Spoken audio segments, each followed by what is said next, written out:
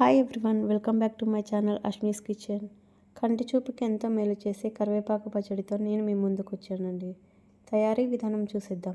ముందుగా stove on చేసి కళాయి పెట్టాలి. అందులో 2 టేబుల్ స్పూన్ ఆయిల్ వేసి కొద్దిగా ఎండుమిర్చి, 2 టేబుల్ స్పూన్ మినపప్పు, 1 టేబుల్ స్పూన్ ధనియాలు, 1 టేబుల్ స్పూన్ జీలకర్ర, 1 టేబుల్ స్పూన్ మెంతులు వేసి బాగా వేయించుకొని పక్కన పెట్టాలి. అదే కళాయిలో 1 టేబుల్ స్పూన్ ఆయిల్ వేసి కరివేపాకు వేయించుకోవాలి. అవి చల్లారాక టేస్ట్కి సరిపడా ఉప్పు, ఒక నిమ్మకాయ సైజ్ అంతా చింతపండు వేసుకొని బాగా పేస్ట్ చేసుకోవాలండి. అదే కళాయిలో 3 టేబుల్ స్పూన్ ఆయిల్ వేసి ఎండుమిర్చి, పోపు గింజలు, ఎల్లిపాయలు, కరివేపాకు, ఇంగువ, పసుపు వేసి పోపు చేసుకోవాలండి. ఎంతో రుచికరమైన కరివేపాకు పచ్చడి రెడీ అండి. ఈ వీడియో మీకు నచ్చినట్లయితే లైక్ చేసి, షేర్ చేసి నా ఛానల్ని సబ్స్క్రైబ్ చేసుకోండి. ఇలాంటి వీడియోస్ కోసం నా ఛానల్ ఫాలో అవ్వండి. Thank you for watching.